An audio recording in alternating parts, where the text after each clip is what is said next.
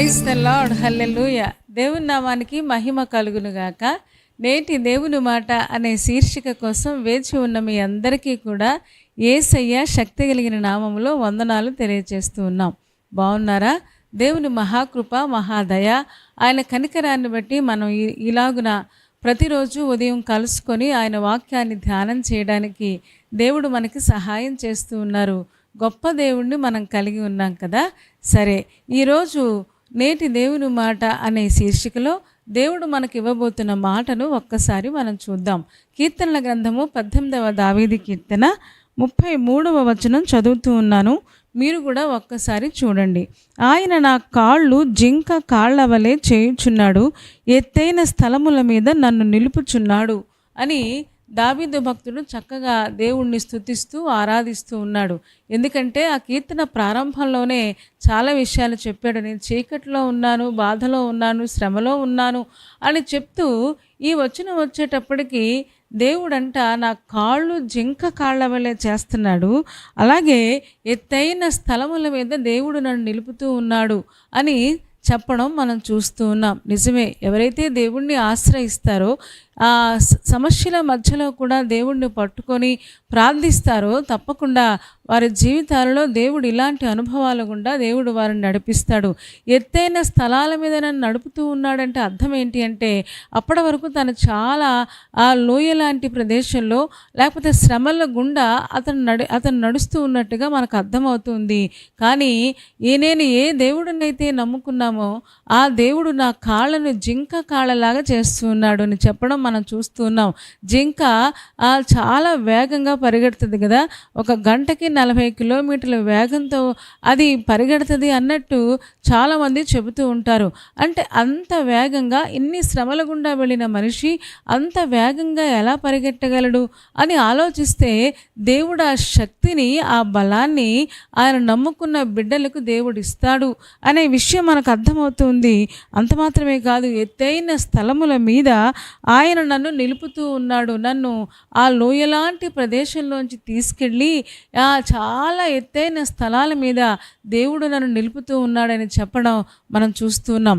హబక్కూకు గ్రంథంలో కూడా హబక్కూకు కూడా ఇదే మాట చెప్తాడు. చూస్తారా? ఒక్కసారి 3వ అధ్యాయము 18వ వచనం చదువుతూ ఉన్నాను, మీరు కూడా ఒక్కసారి చూడండి. 18, 19 చదువుతూ ఉన్నాను. నేను యెహోవా యందు ఆనందించదను, నా రక్షణకర్త అయిన నా దేవుని యందు నేను సంతోషించదను. ప్రభువగు యెహోవాయే నాకు బలము, ఆయన నా కాళ్లను లేడి కాళ్ల వలె చేయును, ఉన్నత స్థలముల మీద ఆయన నన్ను నడవ చేయును అని భక్తుడైన హబక్కూకు కూడా, ప్రవక్త అయిన హబక్కూకు కూడా చెప్తూ ఉన్నాడు. ఏం చెప్తున్నాడంటే, నేను నా దేవునిలో ఆనందిస్తాను కాబట్టి, ఆయనే నాకు బలం కాబట్టి, ఆయన నా కాళ్ళను కూడా లేడి కాళ్ళలాగా చేస్తాడు, జింక కాళ్ళలాగా చేస్తాడు. జింక ఎలాగైతే సంతోషంగా పరిగెడుతూ ఉంటుందో, గంతులేస్తూ ఉంటుందో, జింక ఎత్తైన స్థలాల మీదకి, ఎందుకంటే వేగంగా పరిగెత్తగలదు కదా, మరి కాళ్ళల్లో ఏముంటాయో మనకు తెలియదు కానీ చాలా వేగంగా పరిగెడుతూ ఎత్తైన స్థలాల మీదకి వెళ్ళిపోద్దంట జింక. మరి దేవుడు ఆయన నమ్ముకున్న బిడ్డలకు కూడా ఆయన అలాగే చేస్తాడని చెప్పడం మనం చూస్తూ ఉన్నాం. ఆయన నా కాళ్లను జింక కాళ్ల వలె, లేడి కాళ్ల వలె చేస్తాడు. ఉన్నత స్థలముల మీద అంటే ఎత్తైన స్థలాల మీదకి ఆయన నమ్ముకున్న బిడ్డల్ని తప్పకుండా చేరుస్తాడు అనే విశ్వాసంతో, నిరీక్షణతో ఈ మాట చెప్పడం మనం చూస్తూ ఉన్నాం. ఇందాక దావీదైతే నా కాళ్ళను జింక కాళ్ళ వలె చేయుచున్నాడు అని చెప్పాడు. ఇక్కడ హబక్కూకైతే ఆయన నా కాళ్ళను లేడి కాళ్ళ వలె చేయును అని అంటూ ఉన్నాడు. కారణం ఏంటి అంటే, హబక్కూకుకి దేవుని మీద నిరీక్షణ ఉంది. నేను నమ్మిన దేవుడు తప్పకుండా నా నిరీక్షణకు ఒక ఫలితం ఉంది, నేను నమ్మిన దేవుడు తప్పకుండా నా జీవితంలో కలుగజేసుకుంటాడు అని విశ్వాసంతో చెప్పడం మనం చూస్తూ ఉన్నాం. ఇంతకీ ఆ మాట చెప్పేటప్పటికీ హబక్కూకు పరిస్థితి మనం చూడగలిగితే 16వ వచనం మధ్యలో నుంచి నేను చదువుతూ ఉన్నాను, మీరు కూడా ఒక్కసారి చూడండి. నా అంతరంగము కలవరపడుచున్నది, ఆ శబ్దమునకు నా పెదవులు కదులుచున్నవి, నా ఎముకలు కుళ్ళిపోవచ్చున్నవి, నా కాళ్ళు వణుకుచున్నవి. 17వ వచనం కూడా చదువుతూ ఉన్నాను. అంజూరపు చెట్లు పూయకుండినను, ద్రాక్ష చెట్లు ఫలింపకపోయినను, ఒలీవ చెట్లు కాపులేక ఉండినను, చేనులోని పైరు పంటకు రాకపోయినను, గొర్రెలు దొడ్డిలో లేకపోయినను నేను యెహోవా యందు ఆనందిస్తాను అని చెప్తూ ఉన్నాడు. ఏమంటే హబక్కూకు ఎంత వేదనలో ఉన్నాడు అంటే ఆ సమయానికి నా అంతరంగము కలవరపడుతూ ఉంటే ఆ శబ్దానికి పైన ఉన్న పెదాలు అదురుతూ ఉన్నాయంట.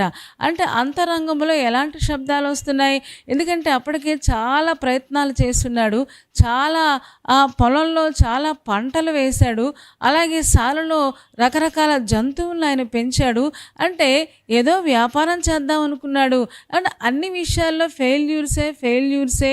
అంటే దేవుణ్ణి నమ్ముకున్న వాళ్ళకి కూడా అపజయాలు వస్తాయా అంటే దేవుని చిత్తంలో తప్పకుండా అవి కూడా వస్తాయేమో. ఒకవేళ మన యొక్క యామరపాటు అయితే అలాంటి ఫెయిల్యూర్స్ కూడా మనకు రావచ్చు. మరి ఏది ఏమైనా కానీ అతను చాలా ప్రయత్నాలు చేశాడు. ఆ ప్రయత్నాలన్నింటిలో కూడా ఓడిపోయినట్టుగా మనం చూస్తూ ఉన్నాం. అందుకని అంటున్నాడు, నా ఎముకలు కుళ్ళిపోతున్నాయి, నా కాళ్ళు వణుకుతున్నాయని చెప్పాడు 16వ వచనంలో.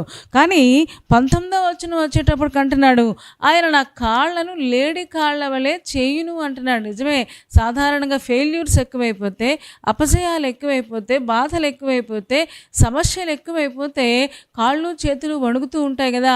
కాళ్ళు ఆడట్లేదు అంటారు చాలామంది, చేతులు ఆడట్లేదు అంటారు. మరి హబక్కూకు పరిస్థితి కూడా అలాగే ఉంది. ఎముకలు కూడా కుళ్ళిపోతున్నాయంట. అంటే ఎంత వేదన మనసుకు పట్టిందో చూడండి. అంతరంగంలో శబ్దం వస్తుంటే పెదవులు వణుకుతున్నాయంట, పెదాలు వణుకుతున్నాయంట. అంటే ఆ శబ్దం ఎలాంటి పెద్ద పెద్ద శబ్దాలు వస్తూ ఉన్నాయో మనం ఆలోచించవచ్చు. వణుకుతున్నాయంటే అర్థం ఏంటి అంటే అంతరంగంలో నిరాశకు సంబంధించిన శబ్దాలు, లేకపోతే నిర్వేదంతో కూడిన శబ్దాలు, నిట్టూర్పులతో కూడిన శబ్దాలు బయటకు వస్తూ ఉంటే ఆ శబ్దానికి పెదాలు వణికిపోతూ ఏమంటే ఎముకలు కుళ్ళిపోతున్నాయంట, కాళ్ళేమో వణుకుతూ ఉన్నాయంట. కారణం లేకపోలేదు. అక్కడ మనం చదివాం కదా, అంజూరపు చెట్లు అంటే అంజూరపు పంట వేశాడు, ఆ పంట పండల. ద్రాక్ష చెట్లు వేశాడు, అది ఫెయిల్ అయిపోయింది. ఒలివ చెట్లు వేశాడు, అది ఫెయిల్ అయిపోయింది. చేనులో పైరు వేశాడు, అవండి ఆ పైరు కూడా పంటకు రాలేదంట. పోనీ ఇదంతా ఈ మొక్కలు మనకు అచ్చి రావటం లేదు అనుకొని మళ్ళీ పశువుల వ్యాపారంలోకి వెళ్ళాడు. గొర్రెలు పెంచడం మొదలుపెట్టాడంట. కానీ గొర్రెలు దొడ్డులో లేకపోయినాయి అంట, సాలలో పశువులు లేవంట. ఏమంటే ఎన్ని ప్రయత్నాలు చేస్తే ఎన్ని ఫెయిల్యూర్స్ ఉన్న మనిషి అంటున్నాడు, నా దేవుడు నా కాళ్ళను లేడి కాళ్ళ వలె చేస్తాడు అని చెప్పడం మనం చూస్తూ ఉన్నాం. నిజమే కదా. మనం నమ్మిన దేవుడు మన జీవితంలో ఎన్ని అపజయాలు వచ్చినా సరే, ఎన్ని ప్రయత్నాలు చేసి మనం ఓడిపోయినా సరే, మనం నమ్మిన దేవుడు తప్పకుండా మన జీవితంలో ఆయన మీద గనక నిరీక్షణతో ఎదురు చూస్తే ఈ నిరీక్షణ మనల్ని సిగ్గుపరచదని రోమీలకు వ్రాసిన పత్రికలో మనం చూస్తూ ఉంటాం. చాలామంది అనుకుంటూ ఉంటారు, ఏమండి ప్రవక్తే అలా మాట్లాడితే ఏమండి సగటు విశ్వాసి ఇంకెంత బాధపడతాడో కదా. ఏమండి ఇక విశ్వాసి ఈ రోజున ఎన్నో శ్రమల గుండా, బాధల గుండా ఎన్నో ప్రయత్నాలు చేస్తూ ఉన్నారు. ఆ ప్రయత్నాల మధ్యలో ఒక్కొక్కసారి విఫలమైపోతూ ఉన్నారు. అంత మాత్రమే కాదు, వివాహ ప్రయత్నాలు, ఉద్యోగ ప్రయత్నాలు, లేకపోతే ఆర్థిక పరమైన ప్రయత్నాలు, ఈ రోజున ఏ ప్రయత్నాలు మీరు చేస్తూ ఉన్నారో ఆ ప్రయత్నాలలో ఒకవేళ నష్టమే వస్తూ ఉందా, అయినా సరే మీ నిరీక్షణ వదిలిపెట్టద్దు, మీ విశ్వాసాన్ని విడిచిపెట్టద్దు. ఎందుకంటే మనం నమ్మిన దేవుడు అద్భుతమైన దేవుడు. తప్పకుండా మన జీవితాల్లో ఆయన మన కాళ్ళను లేడి కాళ్ళలాగా చేస్తాడంట. ఉన్నతమైన స్థలముల మీద ఆయన నన్ను నడువ చేయును అని హబక్కూకు చాలా విశ్వాసంతో, నిరీక్షణతో ఈ మాట చెప్తూ ఉన్నాడు. ఎందుకంటే ఆయన నమ్మిన పిల్లలు ఎప్పుడూ కూడా ఓడిపోరు అని మనం చాలాసార్లు మనం చదువుకున్నాం. నా జనుడు ఇక ఎన్నటికి సిగ్గు నొందరు అని చెప్పడం కూడా మనం చూస్తూ ఉన్నాం. ఈ రోజున దేవుని పిల్లలారా, దేవుని మీద నిరీక్షణ ఉంచండి. దేవుని మీద ఆనుకుంటే, దేవుని మీద విశ్వాసం ఉంచగలిగితే ఆయన మన కాళ్ళను కూడా లేడి కాళ్ళలాగా చేస్తాడు. ఏమండి ఒకవేళ వణకొచ్చు, సమస్యలను బట్టి, అనారోగ్యాలను బట్టి వణకొచ్చు. కానీ ఈ వణుకుతున్న కాళ్ళను, లేకపోతే బలం లేని కాళ్ళను దేవుడు లేడి కాళ్ళలాగా చేసి ఏమండి విశ్వాస జీవితంలో, ఆత్మీయ జీవితంలో ముందుకు ఎగిరేలాగా, ముందుకు దూకేలాగా దేవుడు చేయగలడు. దేవుని నమ్ముకున్న పిల్లలు నిరీక్షణ విడిచిపెట్టకూడదు. ఎందుకంటే మన విశ్వాసము, నిరీక్షణ, ఈ ప్రేమ, ఈ 3 నిలబడతాయని చెప్పారు కదా. ఏమండి, అందుకనే రోమీలకు రాసిన పత్రిక 5వ అధ్యాయము 5వ వచనం నేను చదువుతున్నాను. ఎందుకనగా ఈ నిరీక్షణ మనలను సిగ్గుపరచదు, మనకు అనుగ్రహించబడిన పరిశుద్ధాత్మ ద్వారా దేవుని ప్రేమ మన హృదయములలో కుమ్మరించబడుతూ ఉంది అని చెప్పడం మనం చూస్తూ ఉన్నాం. ఈ రోజున ఏ దేవుడి మీద అయితే ఆశ పెట్టుకొని ప్రార్థిస్తూ ఉన్నామో, ఏ దేవుడైతే విడిపిస్తాడని ఎదురు చూస్తూ ఉన్నామో, ఏ దేవుడు సహాయం చేస్తాడని ఈ రోజున మనం భక్తి చేస్తూ ఉన్నామో, తప్పకుండా ఈ నిరీక్షణ మనలను సిగ్గుపరచదు. ఆయన తన పిల్లల్ని ఎప్పుడు కూడా సిగ్గుపరిచేవాడు కాదు అని లేఖనం తెలియచేస్తుంది. హబక్కూకు అంటున్నాడు, నా ప్రభువైన యెహోవాయే నాకు బలము, నా రక్షణకర్త అయిన నా దేవుని యందు నేను ఆనందిస్తాను. ఒకవేళ అన్ని విషయాలు ఫెయిల్ అయిపోయినా సరే గొప్ప దేవుడు నాకు తోడుగా ఉన్నాడు. ఆ దేవుడు తోడుగా ఉంటే ఈ ఫెయిల్యూర్స్ అన్నీ కూడా రేపొద్దున విజయాలుగా మార్చగలడు అనే నిరీక్షణతో ఎదురు చూస్తూ ఉన్నాడు. ఈ రోజున అన్నీ కోల్పోయి ఉన్నారా, లేకపోతే నష్టాల్లో ఊబిలో ఉన్నారా? ఈ రోజున సిగ్గు, అవమానం మీ మీదకు వస్తూ ఉందా? అయినా సరే బెంగపడద్దు. ఈ రోజున దేవుడు మనకు చెబుతూ ఉన్నాడు, ఈ నిరీక్షణ మనల్ని సిగ్గుపరచదు. ఎందుకు అంటే ఆయన మన కాళ్ళను లేడి కాళ్ళలాగా చేస్తాడు. ఈ రోజున వణకొచ్చు, ఈ రోజున తత్తరపడచ్చు, ఈ రోజున బలం లేకపోవచ్చు, కానీ ఆయన వాక్యము ద్వారా, ఆయన యొక్క మాటల ద్వారా, లేఖనాల ద్వారా తిరిగి దేవుడు మన కాళ్ళల్లోకి సత్తువిస్తాడు. ఏమండి, మనల్ని దేవుడు లేడి కాళ్ళలాగా మన కాళ్ళను చేసి మనము ఎత్తైన స్థలాల మీదకి దూకేలాగా, ఎత్తైన స్థలాల మీద నివసించేలాగా మనం నమ్మిన దేవుడు చేయగలడని చాలా విశ్వాసంతో హబక్కూకు చెప్తున్నాడు. ఈ రోజున విశ్వాసులుగా మనం కూడా అదే నిరీక్షణతో ఎదురు చూడగలిగితే తప్పకుండా మనం కూడా మన జీవితంలో ఎలాంటి అనుభవాలు దేవుడు మనకిస్తాడు అని మనం నేర్చుకుంటూ ఉన్నాం. ఈ రోజున ఏ అనుభవాలు గుండా మీరు వెళుతూ ఉన్నారు? నిరీక్షణ కోల్పోతూ ఉన్నారా? నిరాశతో ఉన్నారా? బెంగతో ఉన్నారా? ఆందోళనతో ఉన్నారా? దేనికి భయపడకండి. యేసు మీద విశ్వాసం ఉంచండి. విశ్వాసమును కర్త, దాన్ని కొనసాగించేవాడైనా యేసు వైపు చూస్తూ ఉంటే మన కాళ్ళు లేడి కాళ్ళలాగా దేవుడు చేసి ఉన్నతమైన స్థలాల మీద దేవుడు మనం నిలబెట్టే గొప్ప దేవుడే అన్నాడు. అట్టి కృప దేవుడు మనందరికీ దయచేయునుగాక. తలలు వంచండి, కళ్ళు మూసుకోండి, చిన్న మాట ప్రార్థన చేద్దాం. పరిశుద్ధుడా, ప్రేమ కలిగిన మా తండ్రి, నీ పాదాలకు వందనాలు, స్తోత్రాలు చెల్లిస్తూ ఉన్నాం. నువ్వెంత మంచి దేవుడవు, ఎంత ప్రేమ కలిగిన దేవుడవు నాయన. నిజమే, జీవితంలో కొన్నిసార్లు విఫలమైపోతూ ఉన్నాం నాయన. ఎన్నిసార్లు ప్రయత్నం చేసినా చాలాసార్లు అపజయం మా మీదకు వస్తూ ఉండగా నిరాశలోకి వెళ్ళిపోకుండా నాయన, బెంగలోకి నాయన తండ్రి ఆందోళనలోకి వెళ్ళిపోకుండా హబక్కూకు ఎలాగైతే నీ మీద విశ్వాసం ఉంచి నిరీక్షణతో ఇలాంటి మాటలు పలుకుతూ ఉన్నాడో అలాంటి నిరీక్షణ మా అందరికీ దయచేయం. ఎందుకంటే తండ్రి, నీ మీద ఆశ పెట్టుకునేవారు ఎప్పుడు కూడా సిగ్గుపడరు అని లేఖనం చెప్తూ ఉందయ్యా. ఈ నిరీక్షణ మనల్ని సిగ్గుపరచదు అని మీరు చెప్పారు కదా. నీ మీద విశ్వాసం ఉంచుతూ ఉన్నాం, నీ వైపే చూస్తూ ఉన్నాం. ఒక అద్భుతమైన కార్యాన్ని మా అందరి జీవితాల్లో మీరు జరిగించుము.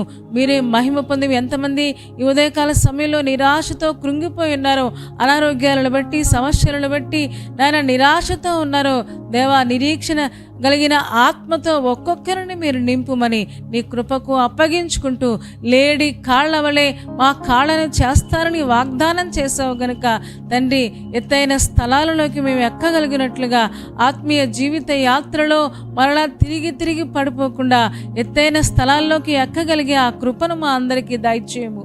ఈరోజు పుట్టినరోజు, పెళ్లి రోజు జరుపుకుంటున్న వారిని జ్ఞాపకం చేసుకోండి. శ్రేయస్కరమైన ఆశీర్వాదాలతో నింపండి. ఎగ్జామ్స్ రాస్తున్న వారిని, ఇంటర్వ్యూకి వెళుతూ ఉన్నవారిని దేవా, వారిని కనికరించువా. వారి జీవితాల్లో అద్భుతమైన కార్యాన్ని, సక్సెస్ మీరు దయచేయమని ప్రార్థిస్తూ ఉన్నాం. బలహీనంగా ఉంటే వారిని ముట్టి సంపూర్ణ స్వస్థత, కాళ్లలో సత్తువ, ఓపిక మీరు దయచేయము. రేపటి దినం కోసం సిద్ధపరచండి. యేసయ్య నామములో ప్రార్థించి వేడుకొనుచున్నాము తండ్రి, ఆమేన్. ఆమేన్ చెప్పారు కదా అందరూ. చాలా సంతోషం. చాలా ఓపికగా, శ్రద్ధగా దేవుని యొక్క వాక్యాన్ని మీరు వింటూ ఉన్నారు. మిమ్మల్ని బట్టి మేము కూడా సంతోషిస్తూ ఉన్నాం. మరి ఈ కార్యక్రమం మీకు నచ్చితే లైక్ చేయండి, షేర్ చేయండి, అలాగే కామెంట్ కూడా పెట్టండి. చాలామంది కామెంట్స్ పెడుతున్నారు, ఫోన్ చేసి చెప్తూ ఉన్నారు మేము దీవించబడుతూ ఉన్నామని. మీ ఆసక్తిని బట్టి మేము కూడా చాలా ఆనందపడుతూ ఉన్నాం. ఇంకా ఈ ఛానల్ని సబ్స్క్రైబ్ చేసుకోకపోతే డాక్టర్ స్పర్జన్ యూట్యూబ్ ఛానల్ని సబ్స్క్రైబ్ చేసుకోండి. తద్వారా నోటిఫికేషన్స్ అన్నీ మీకు వస్తాయి, మా కార్యక్రమాలన్నీ మీరు చూడొచ్చు. సరేనా అండి? దేవుని చిత్తమైతే మరలా రేపు ఉదయం మళ్ళీ కలుసుకుందాం. అప్పటి వరకు దేవుని మహాకృప మనందరికీ తోడే ఉండునుగాక. ఆమేన్, ఆమేన్.